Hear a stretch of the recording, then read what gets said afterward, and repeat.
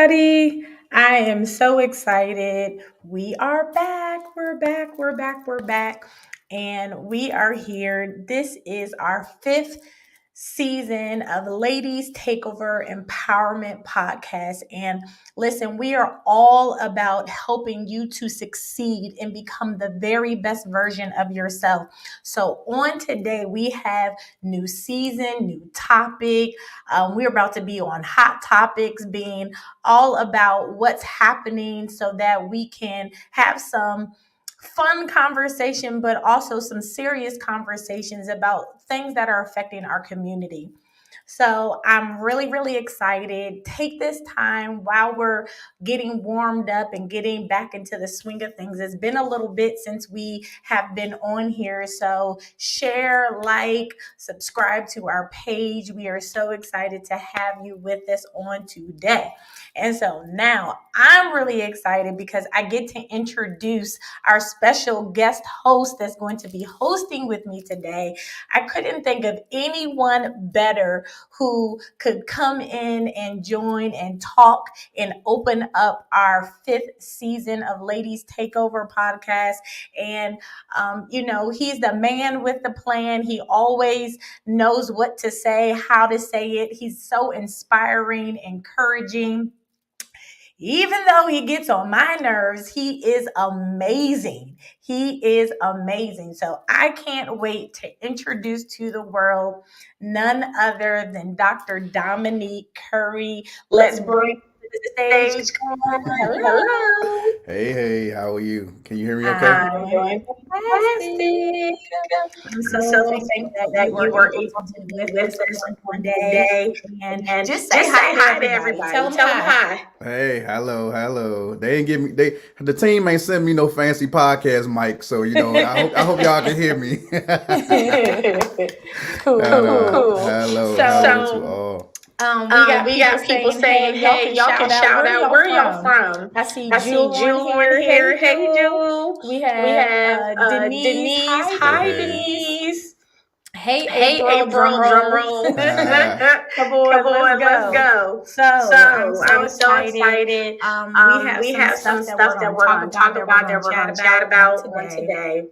But first, since this is our season opener and you are new to our show, kinda. Can you just kind of tell people about yourself, something interesting, whatever it is that you want to tell the world, tell us on today. Man, I don't know. Like, I'm just excited to be here with you guys and to be able to share again on this podcast, this amazing podcast. And I do not say that because I know the hosts. I say it because it truly is inspiring. And I was talking to someone, in fact, earlier today. I didn't tell you this because we didn't get a chance to talk, but I was talking to someone earlier today who actually just said, Dr. Whitney Curry is just really inspirational. I follow her. I'm getting that echo. I don't know if you got it. I don't know what happened. But anyway, said that she's really inspirational and was talking about how you impact their lives. So I truly appreciate you and this opportunity to be able to be on here. So I don't know, like when I have to do this, I'm often a little reluctant to introduce myself. I don't like to rant on about me, but I've been blessed. And number one, above anything else, I will tell you that I'm a full-time husband and a full-time father to the most amazing wife and children, and that is just the truth. I'm not exaggerating, but I'm a entrepreneur, public speaker, part of. I could say certified John Maxwell team trainer, speaker, and coach. A part of the Black Speakers Network. I'm just really about empowering lives. Another great thing. I mean, holding degrees and certificates and licenses of many kind. Pastor, I believe, what is the best church on the planet, Word of Grace Worship Center. Founder of another nonprofit organization in the Grace Community Development Corporation, and of what you so graciously helped me to run, the Saving Grace Christian Academy. So it's a lot, and that's just a few of the things that we have on our plate. Of published author, of course.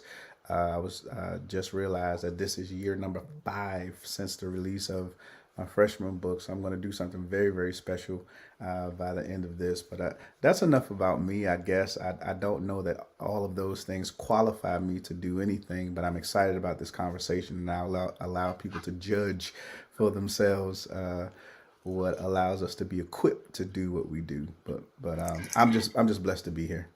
Listen, Listen, sometimes, sometimes, especially especially with with social social media media and and YouTube and all YouTube and these all these different different platforms, it's platforms, important to it's let important people to know let who you people know are who and what you you're are and what doing, you're doing, because because everyone thinks everyone that thinks that their their opinion opinion matters and matters they and have they have something to something to say, but say. But there's some there's some people who people who have have put in put the in the time and the work, time and and the work, so and so they I they take I what take they say what a they little say bit a more little bit more serious than serious than somebody who somebody who just jumped just on jumped here on here because because they wanted they to have wanted to an have an emotional emotional outburst. outburst. Yeah. So So we're all we're all about about talking about talking the about facts, the talking facts, about things talking that about matter, things and that talking matter, about and talking things about that things can that can actually help actually help people. people. And I don't And know I if don't you know if you remember when remember we when we first first started this started this podcast, it podcast, it really really came came about about from from that that encouragement that you were encouragement just that you were saying, just where saying, women where wanted to women be wanted to be inspired, they wanted inspired, a they wanted a platform, they wanted platform, to they wanted hear to hear other like other like voices that voices were that doing were things doing that can things that can encourage them. encourage And them. everyone And was like, everyone was wow, like, you wow, really you helped really me. You made helped me. such You a made big such a big difference. difference. And because And of because that, of that, that's kind of that's how kind of we how we transitioned into transitioned what into this what was, this from was, like from little like little spotlights of spotlights of encouragement to encouragement to now doing this now podcast. doing this And it was podcast. because of And it you. It was was because because of of you. It was you and because of some of our you and business some of our partners business that partners actually that pushed actually me pushed to do me this. to do this. So I'll say So I'll say publicly, thank publicly, you thank for you pushing for me and pushing me and supporting me in supporting almost me in almost anything that I anything do. that I You're do. You're always a always a support. support. So So thank you so thank you much so for much doing for that. doing that. Absolutely. I appreciate you for having the tenacity and the will to do it, because some people, they are flooded with great ideas, information, and inspiration, but it all lives on the inside of them. They never release it to the world and allow others to see the gift that they truly, truly are. And what I respect about you and truly appreciate is the fact that you go out and get it done. And so I commend you for taking heed to whatever advice you were given, not just from me, but just in general. So I appreciate it. And so blessings to you. Thank you. I appreciate that. That. So let's So talk about let's this. talk about this. If we're having an If we're echo, having an we're going to echo, fix we're going it. to fix So it. I So I appreciate appreciate everyone letting me everyone letting know. me. If we need to mute our mics, Dr. Curry, let's do that when we're not speaking so that there's not an echo, because we don't want it to be irritating when other people um, When other are people are listening. listening. Do you So still do you hear an still echo? hear Are an we echo? Are good? we good? You shouldn't. I mean, if I can't remember if I had the other screen going in the background, if that were it, then that's probably it. So you have to mute the other screen if you were trying to view the live in order for that to show up. Gotcha. Gotcha. Okay. Okay. I think that I we're think that good. we're good. I think that I think we're that set we're to set go. to We're go. working We're out the working out kinks. the kinks. Hey, Hey, hey, hey, Makita. Hey, Makita. Hey, girl. girl. Hey, Dion, Hey, girl. Dion, girl. All right. All right. So, So, you ready you for the ready first for the question? question? I don't know. I really don't know. I don't know, to be completely honest with you. So we'll see. Well, Well, listen. listen. Um, Um, let's talk let's about talk this. about Tell this. me, Tell me, how has how has COVID COVID affected you affected you personally? personally? Personally, it actually just forces you to adjust. COVID has been very, very interesting because what I believe that it's done is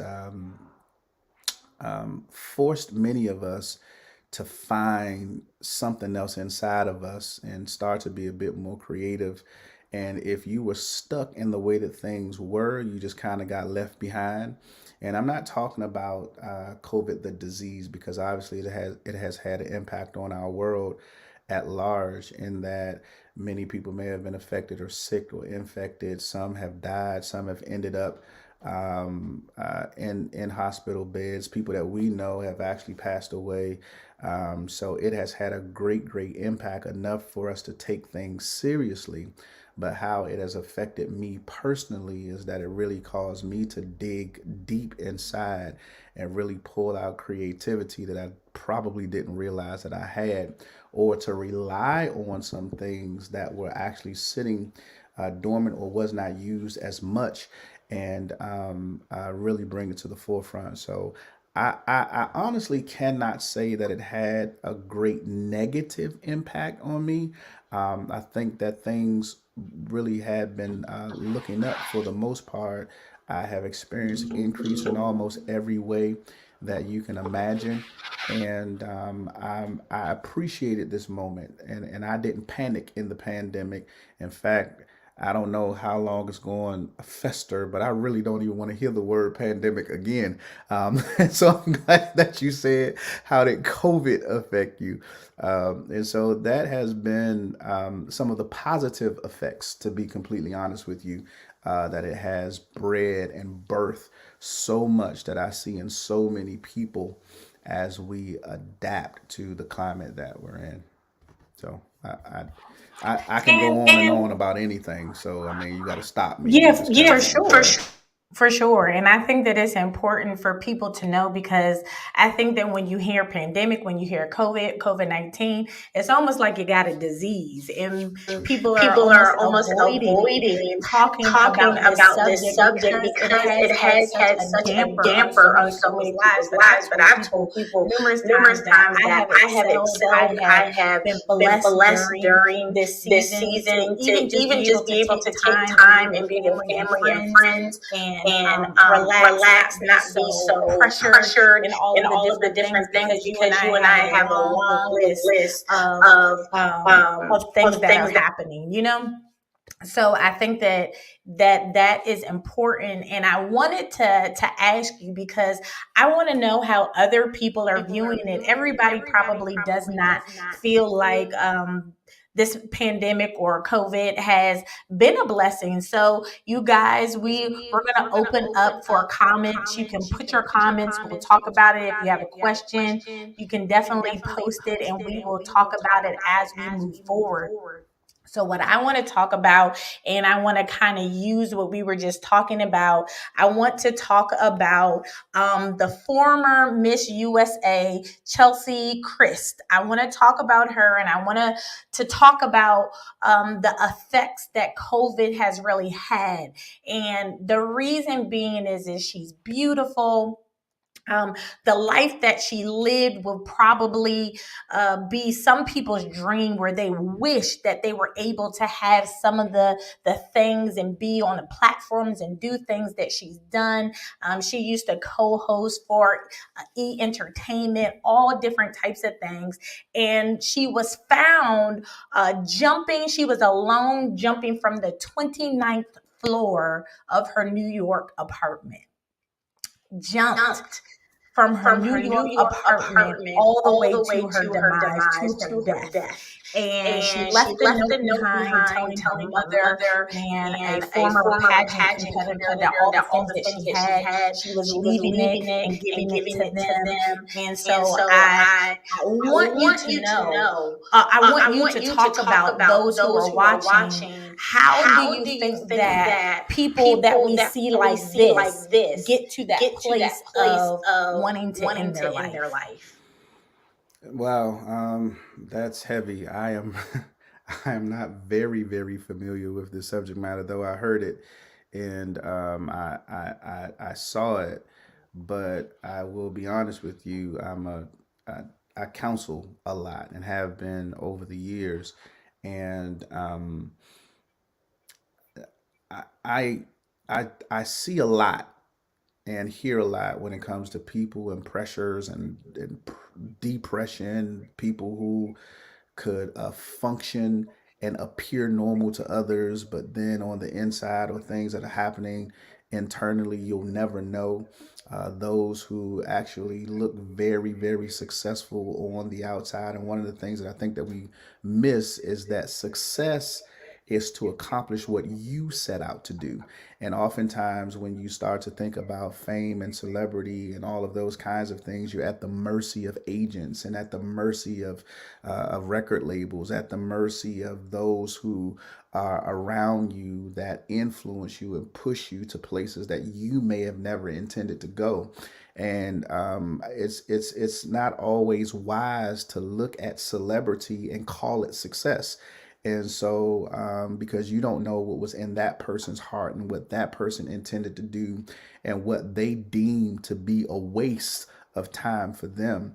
And that's why it is imperative that we don't just do things to be present, but we do things to be productive. We don't just show up, but we actually seek to be fruitful in the things that we do. And I don't say any of that as a matter of cliche. I say it because I know for me, and I'm speaking to this, but sometimes I take the long way home, so bear with me, walk with me.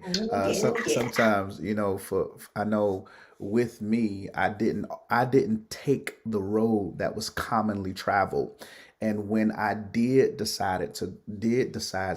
I did decide to go to school and finally decided is what I was intending to say. When I finally decided to go to school and go after degrees and certain of the licenses and certificates that I hold today, I did it after I was sure about my own passions and what I wanted to do. After high school, I was blessed enough to kind of land a really, really good job. Had my own apartment by the time I was 18, and was just kind of doing my thing for a while until I was certain to what I wanted to do. I read a quote years ago that I can get amnesia and I won't forget. And it said, "Don't allow your schooling to get in the way of your education." And some people, they get so inundated in schooling that they fail to be educated. They don't go and study the things that's purposeful to them. And so the path that I saw that my life was going on, I wanted true success and to succeed. Had I listened to the voice of everyone else, as do some, then I might have found myself experiencing I think something got unmuted again, or something happened. I don't know. That ain't me, but I can hear me talking again. But in any event, I would have ended up down a path, as many do, that you're doing what everybody else wants you to do, doing what everyone else says that you can do, and not really experiencing that source of success for yourself. Now, I don't know if that was the case for this ex pageant winner, but I will say that there had to be some amount of pressures that she did not figure out how to get from under, that will cause her to go to what is arguably one of the highest places that she could find, and then leap to her own demise. I mean, and that had to be crucial. And like you said, you just looked at her from the outside and said that she's beautiful. She's hosted shows, and you were Miss USA, for Christ's sake. What else do you want, right? Because to you, that's success, and that is from an external perspective, not considering what her internal aspirations may have been. And if I could just really lend any advice to anyone, you do not do what you know how to do, but do what you're purposed to do.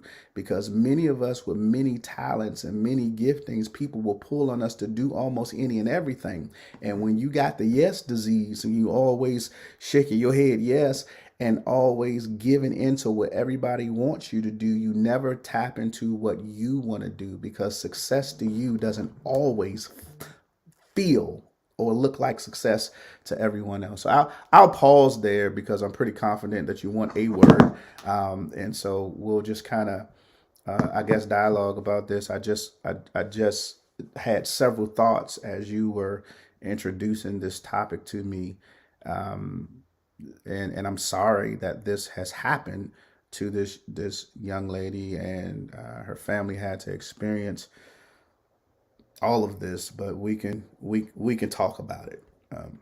So Yeah, and here's the thing. It's not just her. So I wanted to bring someone that everyone knew to the forefront to talk about it. But we were just in school with our children, a Christian Academy, Saving Grace Christian Academy, and I recall you talking to them and showing how there's this big outbreak of students fighting one another. And now, granted, listen, I fought too when I was in school, in middle school, high school. I don't think I ever been in like a got jumped type of situation, or we didn't really do a lot of that. It was like one person on one person, but it's like whole gangs of people are jumping students, even in elementary, middle school, and high school.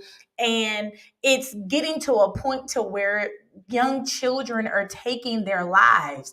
So is this something that has just came all of a sudden? What do you think is this influx of so many people at such a young age taking their lives and even wanting to do that in the first place? Well, I will be the very last one to get on this podcast in the presence of anybody and uh, act as if I was one of the two-third angels, right? We know we know that Satan deceived a third of heaven, and then a third got kicked out. I was with that first third, you know what I'm saying? So I mean, fighting and all that stuff. I mean, it wasn't nothing. It wasn't nothing new, and I'm not saying that I ain't get into whatever I got into, because long before I started walking on the good foot and Nick BC before Christ, I mean, it was a whole different ball game. As a matter of fact, if I tell the whole truth, I think when I got baptized, I left one fist out the water. I still might have a problem, but I guess the point is that what is creating the pressures, in my opinion, today versus So are you saying that you would jump people? You was part of the jumping? no. Well, we're not talking about that. This is what we're talking about. Well, let's put it like this. Let's put it like this. I would never been a part of no 20, 30 people. The stuff that's happening now, like they just suckers. They can't fight. But what will happen, and I can't lie about this. I can't watch nobody that I'm with fight. Like I growing up, that was my philosophy. That was my mindset. I will watch you hit somebody, but I'm not gonna watch nobody hit you back. Like that ain't happening. Not if I ain't getting in it, right? So that's a whole different ball game, different thing. And I don't think that question is appropriate for right now. I need to get to the point. The point is, you asked about the pressures. I think that's the, You said it's not appropriate. People want to know. And I know you a very long time. I ain't never seen you fighting for somebody. Somebody was always fighting after you. Well, I don't know what you're talking about, but this is what I'm saying. This is what I'm saying. I don't confirm or deny. What I am saying to you is, to answer your question, is this is a different culture that we're in. It's a different day, and people can witness acts of violence. And once upon a time, somebody would call the police or scream out for help. But now people just pull out their phones and start to record what they see. And there are people, consequently, who want to be stars. I mean, even if they're just world stars, they still want to be stars. They want to see themselves on the gram. They're willing to take the risk and do something different. And the culture has really shifted since the times that I'm referring to in a fight or a brawl, or the times that you're referring to in a fight. As a matter of fact, that we would straighten up and fly right if we thought that somebody was going to call the police. We would act like, oh no, we were just playing. You know what I mean? It'd be a whole different ball game, or run or do something, if we thought that the authorities were coming. This generation is totally different. That this is what's giving them their clout. And they're truly a distraction for others, so much so that there are those who will get bullied. Now, and I played with people. I mean, the stuff that some people call them bullying now, and I mean, I don't know if I would have called it bullying. I mean, we joning. I mean, come on now. We set up all night long, and some of us made a living off. I mean, just whatever stuff like that. I think that's a little mild. However, I cannot I cannot minimize people's experiences, right? What I'm suggesting is that there are people who are really, in my estimation, or what I'm calling bullying, being bullied, which I think is just wrong. Somebody minding their business and you just go do something to them. People are quiet and trying to stay out the way, listen to the instructions that their parents told them. Just mind your business, do what you're supposed to do, go to school, do your work. And we did. We actually saw videos that we were able to kind of showed some of the students as well that it was sad, but it was true. It was a sixth grader, first year in middle school, really excited. Parents was excited. It was their first year in middle school, and he ended up recording saying, "This is what I got to deal with every day," as people surrounded him, bullying him, messing with him, and not wanting to live. In fact, a friend of mine who I will leave nameless, an acquaintance, but friends when we were growing up for sure. Son actually committed suicide at 11 years old, and it was interesting just to learn of that news and to witness that because these pressures that people are under, even children, not knowing another way but to say that I'm going to end my life only to begin one in eternity, whether it is their belief or not. And so I'm just saying that it is something that we must consider, think about, and give people the place and space to become what it is that they believe they were born to be. So you're muted. I'm not. You're muted for some reason. Help us on this. If I feel like I'm losing my mind, I've had all that I can take. I've been in situations like that, and I think that where this comes from is from not really doing the things that you kind of mentioned that you're supposed to be doing. Now, I deal with children as the principal of our school, but there's times when I have to step in and be the teacher, and I don't know how these teachers deal with these children day in and day out. It's like I have to take a break and walk away because I was like, what is going on? And I can only imagine how people feel where they feel trapped. They feel like there's nothing else that they can do. They don't have an alternative. They don't have a choice. Help us. If you were counseling someone who was at their wits' end or had been contemplating suicide, what would you tell them? Well, I have changed my methods over the years. Taking counseling courses, been a recipient of counseling degrees. You can learn methods of counseling and ways to maneuver through that process. What I have adopted in more recent times is really a coaching mechanism more than that of counseling. I think that it is important for me to have a listening ear, but it is equally important that I start to show people how to make little small adjustments. And I think that the difference between the two in its approach, if I had to put it in my own words, most of my favorite sports, and when I think of coaching, the first thing that comes to mind is the sporting arena, and most of my favorite sports involves some object being rendered from one person to the next. And so I was talking to someone the other day and a light bulb went out. They called me crying. True story. They called me in tears crying. And they said those words that you just said. I don't know how much more I can take. My first instruction is always don't say that because you don't want to find out how much more you can take because you are actually a lot stronger than you believe you are. That you don't, let's take that out of your vocabulary. But I really truly believe that most people can get from under pressure once they understand the point of pressure. And so when people can understand things, they can typically uphold it. When they can understand it, they can uphold it. And if, well, I'll say it this way: when they can understand things, they can stand under things, right? If you just flipped it around and made it old English, you can stand under it if you understand it.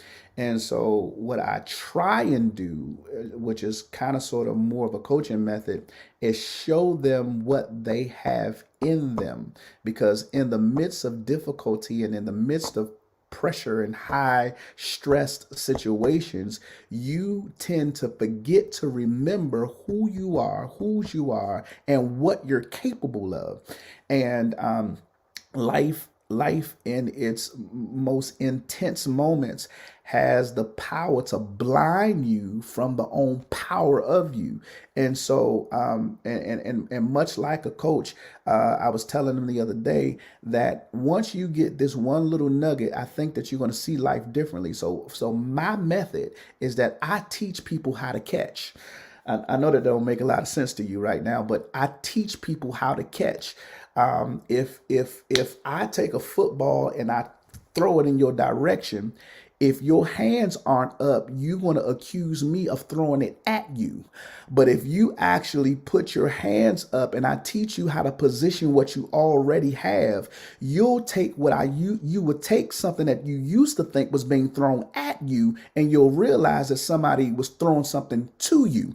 And when you actually experience life's greatest obstacles, greatest difficulties, greatest pressures, it's not what's being thrown at you. Because as long as I don't put my hands up, as long as I don't shield myself from being hurt, to catch a thing is actually more of a defense than it is an offense, even though it's usually an offensive lesson if you picking up what I'm putting down. But it's really a defense. I'm protecting myself from being hurt. They got some baseball players that throw over 100 miles an hour. Can you imagine getting hit by that if you don't use that glove to stop that speed? And so if you don't start to catch that life is throwing certain things to you and you turn your opposition into opportunities, you're going to keep on feeling like that life is throwing stuff at you, and you're going to keep getting hit by the things that you was really being thrown to you, not so that they can hurt you, but so that they can help you to score. And so my method, what I tend to do, is talk to people about where they are and teach them how to catch, theoretically. You done got deep on this. That's what I'm talking about. This is exactly why I brought you on, because you can take a subject that can appear to be so solemn and so make you feel downtrodden and like you don't have a way of escape, and then bring a light and make you feel good about it. And so the way that you presented it, what I'm gathering that you said is basically, instead of feeling like you're a victim, learn how to be the victor in the situation. Yes. Man, so let me not be insensitive to this subject. And the reason I cannot be insensitive to it, because the reality is that people have been offended. So in a sense, they are the victim, but they don't have to live under a victimized mentality. So you can turn your victim, you can turn the thing that made you a victim into becoming a victor. So you are right. You have the ability to do that, but it's all about perspectives and how you're looking at it, right? So it's all how you look at it. True story, man. There are some people to this day still can't believe that I talk to.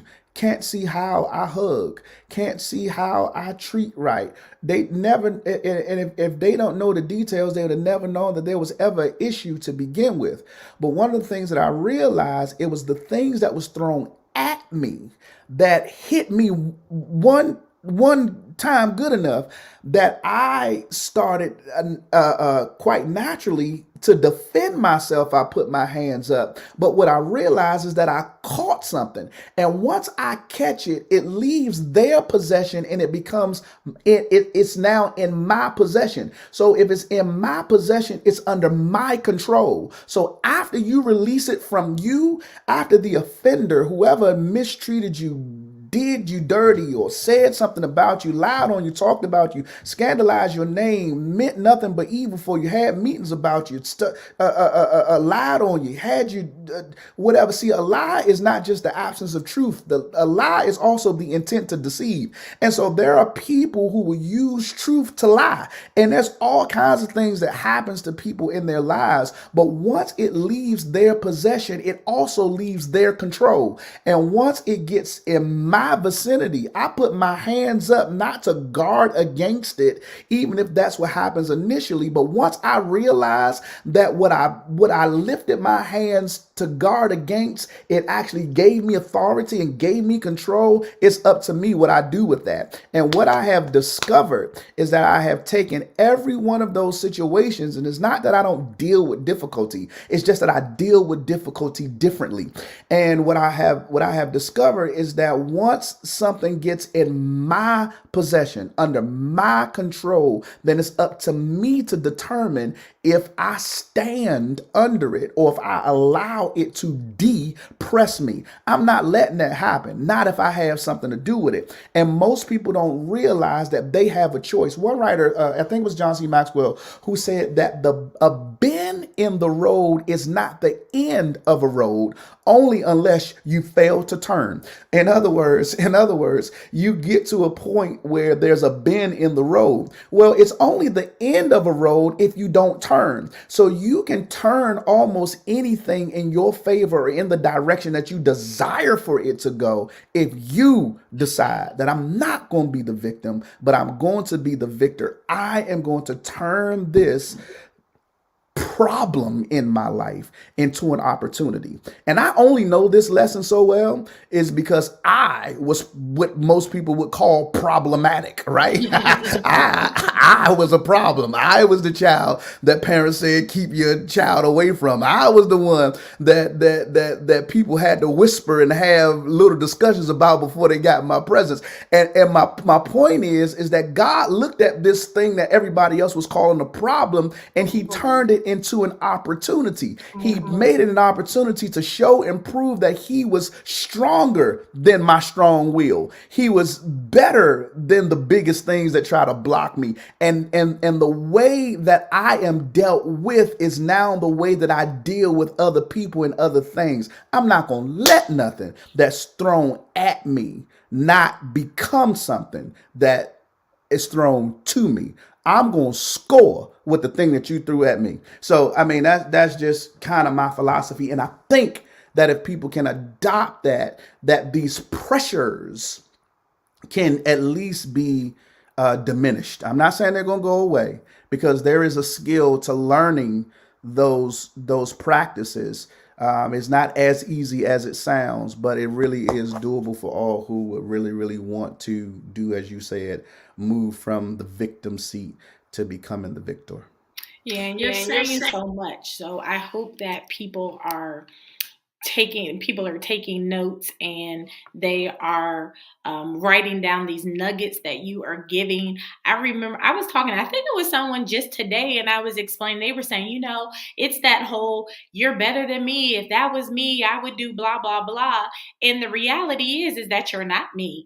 And I've learned how to handle certain situations because I'm responsible for myself. I can't control anybody else. I can't tell anybody else how to behave or what to do. And the reality is that at the end of the day, we all have stuff that's not right with us. We all have stuff that, someone will probably, how do they say that phrase? Like your poop stinks too. I was just telling my son that yesterday, and you have to get to a place to where you don't allow the things that people do affect you to the point to where you want to end your life. It's over, it's done. And because I know how much mercy and how much grace God extends to me. So how can I not, when you put God in the middle of it, how can I not extend that same grace, mercy to other people because they didn't do what I liked or they said something I didn't like that hurt my feelings? I agree. I agree wholeheartedly. You're on it, and so I don't know that people do enough introspective assessment. You know, I don't know that people look within, because the reality is that whatever you do to me really ain't your problem. It's really my problem. And chances are, if you're doing something that irritates me, hint, hint. Um, if you do something that irritates me, the only reason why you continue to do it is because you know that it's getting to me. And so, and one of the greatest tools that I've learned to use is to control the things that you can control. And the one thing that I know is that I cannot control other people. I have a hard time controlling myself. So I know that I'm not going to sign up for the class of controlling others. And so I can't control your actions. I can't control what you do, but I can control what I do. And most people, for whatever reason, I dare to say or venture to say that they don't believe that they have control once it something happens to them. But I just told you, once it happens to you or is said to you, it has left the possession of the other person or the other thing, and now it is in your possession, under your control. So you need to determine what you do with that. I agree 100%. And I think that um, I guess here's where I'm going to go with this, with dealing with this situation, because there's so many different ways to attempt suicide or do different things. And I think that when you get to all the jumping off of a huge building. I wish I had to put up the video of the guy that, you said that jumped and he didn't die. And his legs were broken, everything was broken.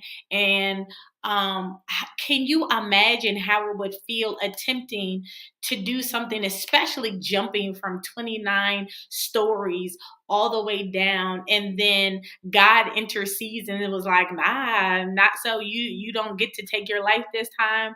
And the mental anguish that you have to be in. And I know some people who deal with this subject where PTSD is real, where being bipolar is real, having excessive depression is real for them, and you could be at your most happiest moment and still be feeling sad, and there's nothing that you can figure out. And what many of our society, especially those of color, tend to do is to want to put a prayer on it, to want to go to church and want to slap Jesus on it and say that, you just need to be saved or you just need the Holy Ghost.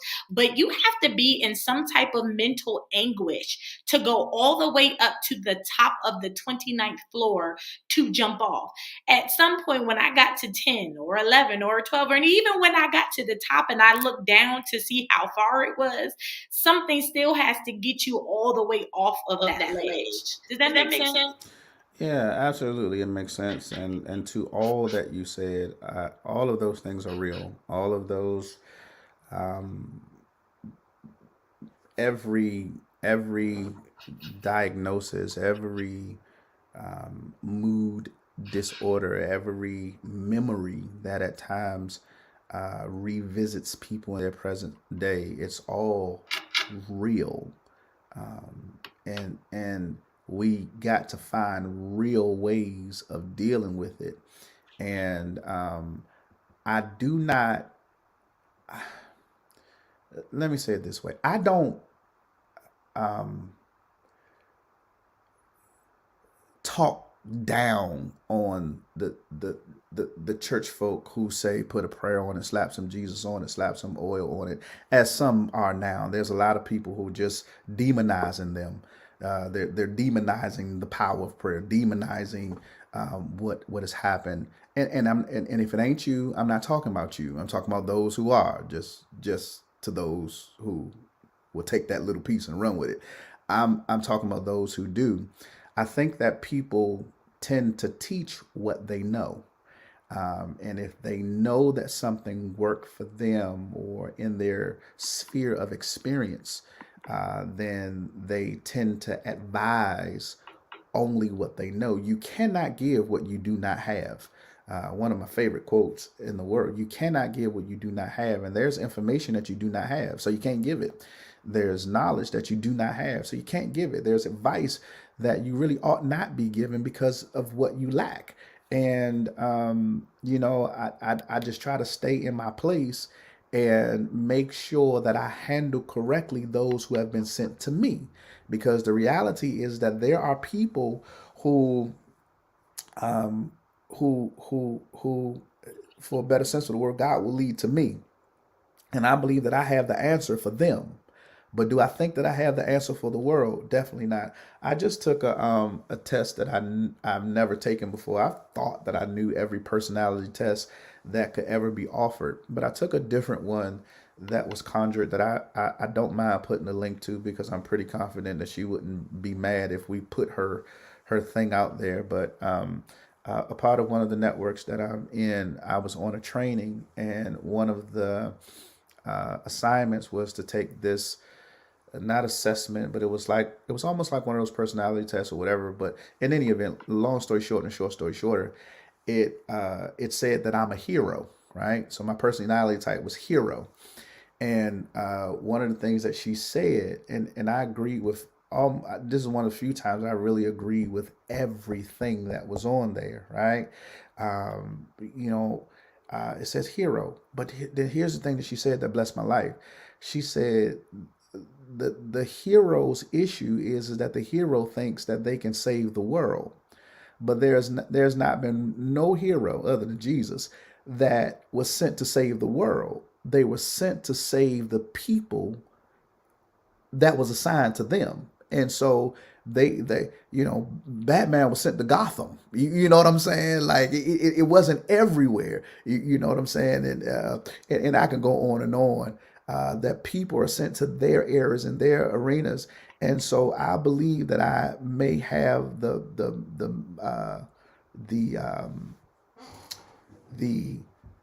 answer for the one sent to me, right? But I don't, and when I don't, I'm man enough to say, look, I don't have that. But people don't like empty answers. They want you to be able to get them to someone or someplace that can help them. And I think that there was a time, and I know that it's real. Let me just say this. Let me just say this for the record. Let me say this for the record. Let me say this as someone who literally, actively cashes checks. I cash a check right now when people come for counseling. All right, cash checks. Let me say, as someone who was born in this thing you call church and have seen all kinds of stuff, I wrestle with this subject matter. I've been on panels and talked at different times about all of this, because I literally see both sides of this from a clinical and from a spiritual standpoint. I would tell you that all of those things are real. All of those things are real, undoubtedly. But spirits are also real. And one of the things that I need people to understand is that there are things that you can do in the realms of counseling. There's even medication that you can take that can alter your mind and keep you calm. But the other side of this is that you can't medicate a demon. And so there are two sides to this thing, and contingent upon what's going on with you and what is really happening in you, then you got to know. And Connie, we can have a talk offline, because some of us have a plethora of things that are happening. Okay. So there used to be a time when I was growing up that we would drive to the liquor store. And guess what the store said up there? Liquor store. Now it don't say liquor store. Right. Because I'm just gonna prove my thesis that now it's a situation where some things ain't hiding his hand. They say wine and spirits, and some of us are consuming spirits. Some of us are yielding ourselves to controlled substances, and we are giving over the power of our minds to other things, that we say in the name of relaxation or fun or whatever it might be. We are literally selling or exchanging our souls, our minds, our well-being, the control that we have been gifted to other things. Some of us get linked up with people through sexual activity and even other ungodly connections, and we end up with ties and things that tangle us up, and you don't know what's coming out of you. You don't even recognize you ain't the person that you've ever been because of all of the entanglements and the things that we've been wrapped up into. And so there are a multiplicity of things that we can consider, that you can wonder why you popping the pills and the pills ain't working. You had the prayer and the prayer ain't working, and you had the oil and the oil ain't working. And there's so many things that's happening because you might need a different thing for everything. And what I'm just trying to say is that you get to a point where you got all of these specialists and people want to claim that they know this and they know that, and at best they only know how to deal with the symptoms but don't know how to deal with the source.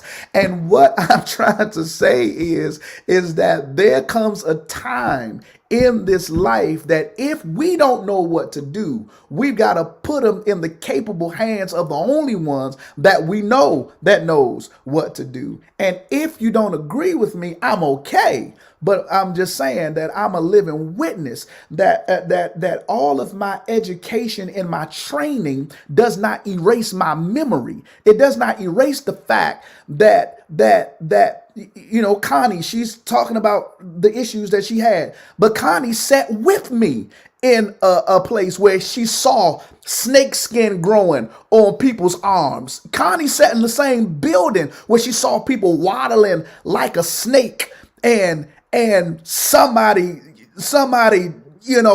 called that thing out, and they were like that demoniac man that was clothed in their right mind. See, I can give you all of the clinical studies. I can give you the philosophies. But one of the things that I'll tell you is that I was on a class the other day, and one of my mentors said something amazing. And if you notice, I'm always in class, always doing something, because I always want to grow. I'm looking to continue to grow so that I can continue to develop. But one of the things that I'll tell you, he said, man, there's a difference between a philosopher and a practitioner.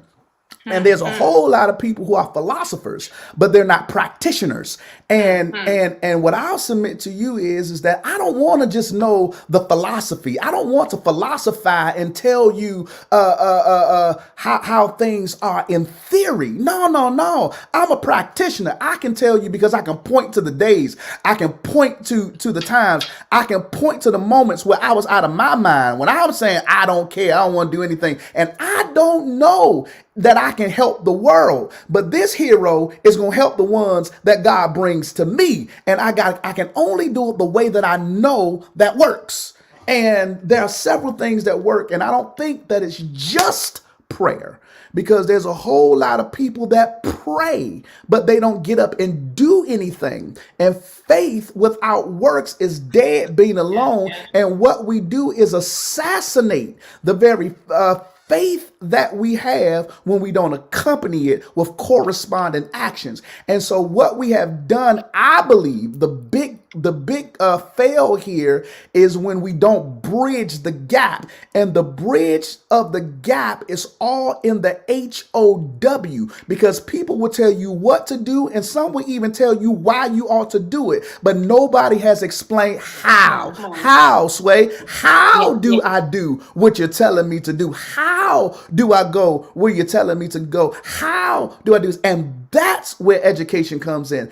That's where training comes in so that you can learn the mechanisms and learn how to talk people off that roof Yes. and get them into the hands of a capable God. So I'm just telling you, like that's where I think that we messed this up. So no, you're good to go. So I'll shut up. I'm pretty confident that we're about out of time. My bad. We're almost there. Listen, Connie, you are absolutely fine. This is what we're here for. This is an empowerment session. This is a place to where we want people to talk, ask your questions, so that people who have been there, who have gone down those roads, have education, wrote books, all different types of things, can give their educated opinion of how to handle situations. And I would just put a post up, I think it was today, that for many of us, as you're talking about this hero scenario, many of us are trying to help other people, and in turn, because we don't have the proper tools, end up drowning themselves. And so I can't help you if I don't know how to swim. Why? We both are going to drown. And this is one of those situations where for many of us, we have spent and given all that we have to other people, and we don't have anything that is replacing us. There's nothing that's filling back up that cup. And I'll use this for an example. And I talked to someone about this before because they were saying they have all these friends and people don't help them. No one is able to help them like they help them. Well, listen. If you're this mug right here and you turn and you pour everything out of this mug, and then you go and look for a little juice cup to be able to fill this cup back up, it's impossible. They don't have the ability or the capacity to fill up a whole cup like this. But if I go to a milk gallon and I look for the milk gallon to fill up my mug, now they have more than enough to fill up what I have already poured out. And what we tend to do is we tend to go to the people that we have helped, seeking for them to give us something that they cannot give, when we need to be going to those bigger things that have a greater capacity, have a greater ability to give us what we need. That makes sense? Perfect sense. 100%. Absolutely. We got you.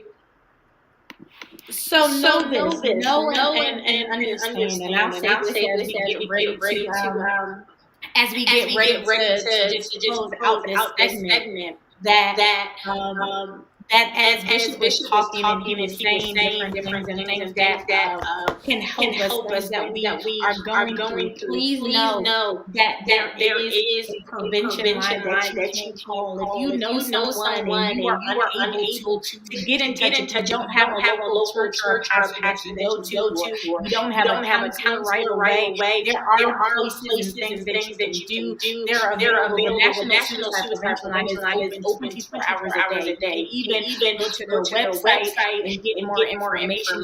If that's something that you were seeking or doing, or you know people that are going through that. And why am I saying that? I'm saying that because you don't want to be the one trying to talk someone off of the ledge, and you're on the ledge yourself. You don't want to be that person that says the wrong thing that can lead a person to go up to that 59th floor like Miss USA, former Miss USA, and jump off. I want us to be a community, a group of people that is educated, that is able to help and do the right things and say the right things at the right time. And don't be afraid. Don't feel ashamed that you can't tell anyone about the things that are going on. And we believe that with God, all things are possible. And I also believe at the same time that He gives those wisdom and guidance to lead and guide us in places that we have been. And so I want to thank Dr. Curry for joining us today. This was an awesome conversation. I think that so much more can be said, so much more can be talked about. We can't be here all day, y'all. Can't. But this was amazing, and I appreciate everyone for tuning in and joining in with us. We had a fantastic time. Is there anything you want to close out and say to before we end, Dr. Curry? As a resolve, presumably, I really want to encourage because I don't like to talk about the answers without the solution. Just in recap, I just want the problems without the solution. I do want to remind us to make sure that we get on purpose, discover what our purpose is because it's fulfilling. And I liken it to a firefighter. That a firefighter has got to be the craziest person in the world. They're running to what everyone else is running from. But the reason it's happening is because they're anointed for it. And like you said, sometimes people try to render advice that they're not equipped to give. And be humble enough to know what you can and cannot do. And just because you too are a hero does not mean that you were sent to save everything that comes across your desk or everything that you come in contact with. And so knowing who you are designed to help, and a good idea would be that it is limited to your experiences, limited to your exposure.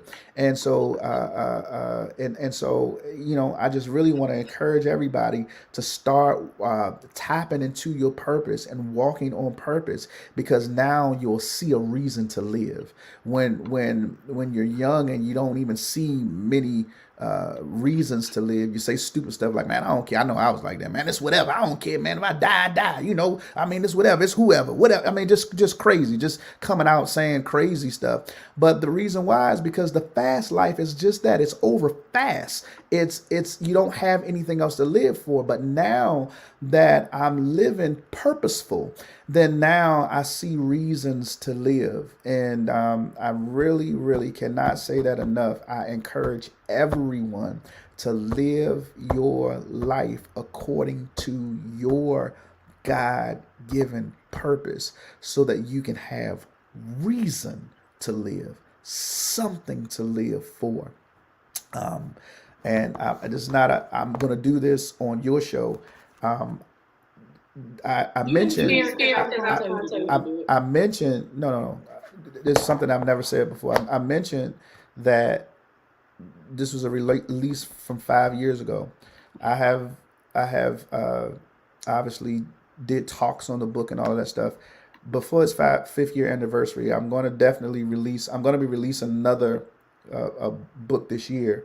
I'm going to release it, but that's not why I'm here. I want to say that I'm going to do something that I haven't done that was laid on my heart to do. I'm going to go through every one of these principles, every one of these little topics, and I'm going to do a session on every one of them so that people can hear what was in the mind of the writer. I wrote it fertile on purpose so that people can grasp from it certain ideals and philosophies, plant it, allow it to germinate, and they can start to draw many of their own conclusions, right? But what I'm going to do is help them to expand on that by expounding on many of the things that this really, really allows us to do. Because if we can learn to do this, ignore the noise and find focus in a frantic world, a lot of that stuff will be silenced. A lot of that stuff will go away, and we won't have or be experiencing some of the pressures that we're experiencing. And because I have trained on how to do this stuff, I'm going to be teaching people how to catch. So thank you so much again for having me. You are the most amazing person on the planet, and I don't say that lightly. Some people are amazed and others are amazing. You, ma'am, are amazing. And I don't know if people really, really understand or recognize all that you do and all that you are to so many people, and yet don't cease to be the woman that you're supposed to be to me or to your children and all others. And so I say that publicly, not for any brownie points. I say it because I truly, truly think that the world needs to know how awesome you are, and to tune in as often as you do this and get what it is for you. Those that don't think it's for them, turn it off. But you are sent here to save somebody. You're sent here to help somebody. And I want to encourage you to continue to do what you do and anything that I can do to help you to go to your next level, because I believe that your next self is your best self. Let's get it. Let's do it, because the sky is not the limit when there's a footprint on the moon. Let's move. I'm ready. He He trying, trying, though. though. He trying to get a brownie. Look at him. I don't even like brownies. I do like brownies. I like Whitney I sweets. do like brownies. Well, you know I know like donuts. So anything sweet, I'm all for it. And I love and appreciate all of you. I appreciate you, Dr. Curry. So as we're ending up, can you just quickly tell people how to get your book, how to contact you? Yes, the Cinnabon. Hey, don't start now. Tell them how to get your book and get in touch with people. Do you want counseling and all of those different types of things? Yeah, I'm doing a lot.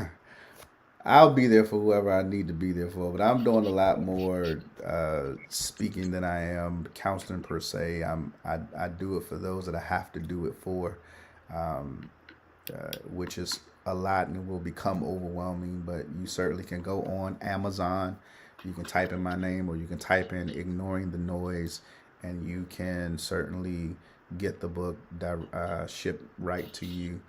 I don't mind signing it when I see you, but this is one of the few things you'll ever see that comes with a money back guarantee. If you're not satisfied with the outcome, certainly call me for your money back, but I'm going to ask that you read it. So yeah, just that you can reach me on all media outlets.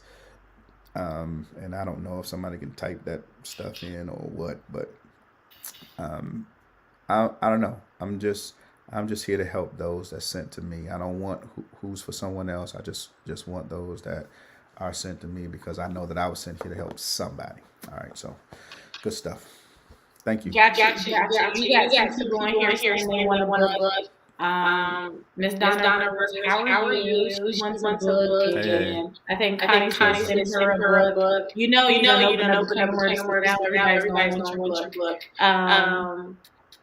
Miss Melissa said, if you're engaged, get into premarital counseling sessions. Those are awesome too. That's for sure. Hey, that's a whole nother level. Does an amazing job. He's able to do and help people in such an inspiring way and inspirational way. So again, I thank you for joining us. I thank you for tuning in. We appreciate you so much. I love you.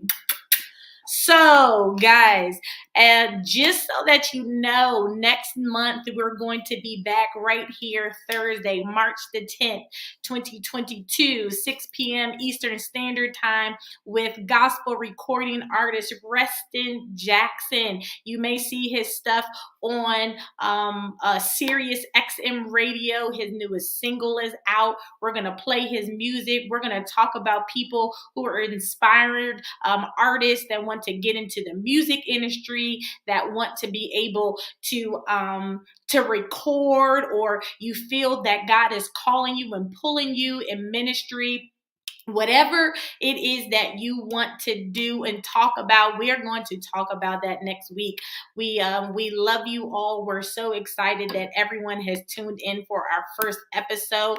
Don't forget, again, if you want to get information on Dr. Dominique Curry, you can see him on Facebook at D Curry Speaks. His Instagram is D Curry Speaks. YouTube is D Curry Speaks. All D Curry Speaks. You can also get his book sent directly to you from Amazon.com. Go right there, put in Ignoring the Noise, and it will come up. Or you can go straight to his website and you can get a personalized signed book sent right to you from him. I'm telling you guys, we're on a roll. We've had such a great and amazing time. Again, thank you for joining us on Ladies Takeover Empowerment Podcast, where we're all about empowering you to succeed and become the very best version of yourself. So that's all for today, you guys. Have a wonderful evening, and I will catch you next time.